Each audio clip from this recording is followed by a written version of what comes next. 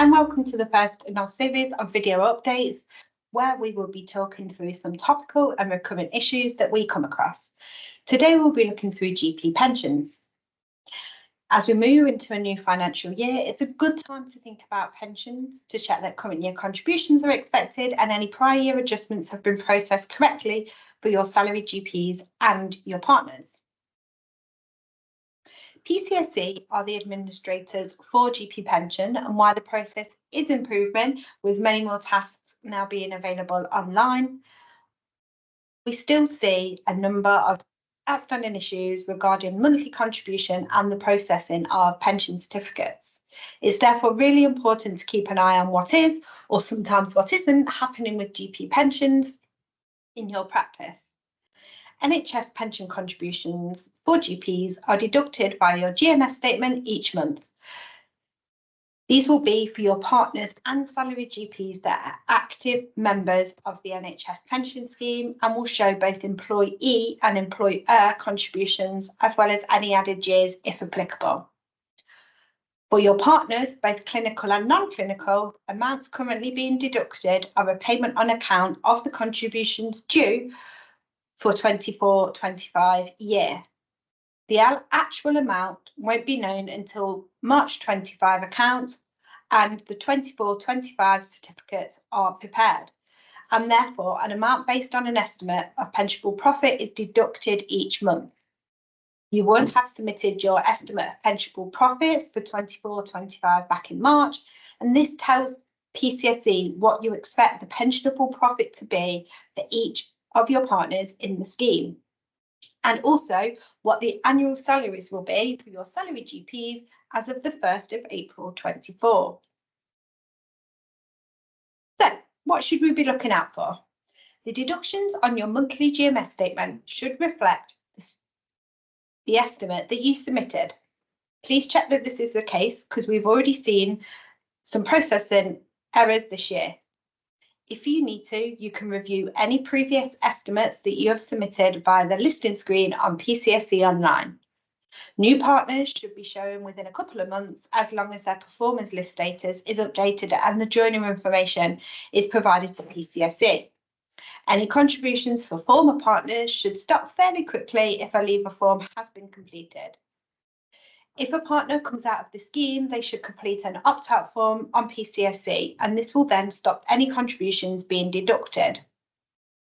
Also, as a reminder, if a partner changes their sessions mid-year, then an updated estimate of pensionable profits will need to be completed. The key point here is to raise any issues with PCSE as quickly as possible.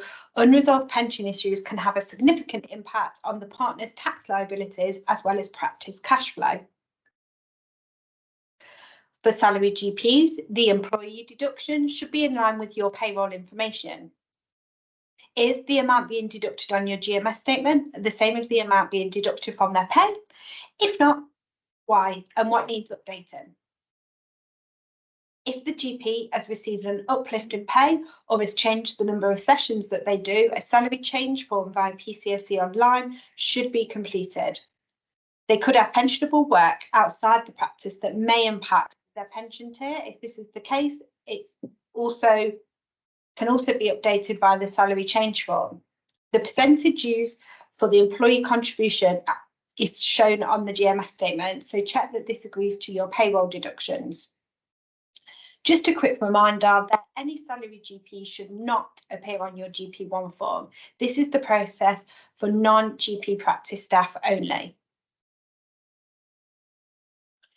At this time of year, you will start to see some pension adjustments relating to the 22-23 year. These will be shown separately on your GMS statement and should note what year they relate to. For your partners, these amounts should agree to the 22-23 pension certificates that were submitted to PCSE back in February-March time this year. The certificates update PCSE with the actual pensionable earnings for the year rather than the estimated amount, and this will result in either a refund of contributions being due or an additional payment. For certificates submitted by the March deadline, adjustments should be processed by June, but if not, Please chase these up, and also please be mindful of the impact these adjustments will have on the practice cash flow. If you're unsure of the value that is due to come out or into your practice, please talk to your accountant. And if you haven't seen these adjustments by June, check the certificates have successfully been submitted by looking at the Type 1 listing screen on PCSE Online. Again, if anything looks odd, talk to PCSE and your accountant. If you have salaried GPs in your practice, then you may see adjustments for these too.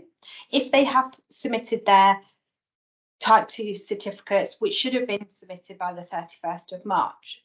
These adjustments are trickier to check because they take into account any pensionable earnings that they have from outside the practice. If you're unsure whether any adjustments for employee contributions should be passed on to the GP, please check with your accountant, who will be able to advise you. Unfortunately, we do still see a number of problems with pensions not working as well as they should, even if all the right steps have been taken. Raise queries as soon as possible with PCSE and keep a note of any case references. Try to follow up regularly if you do not get a response.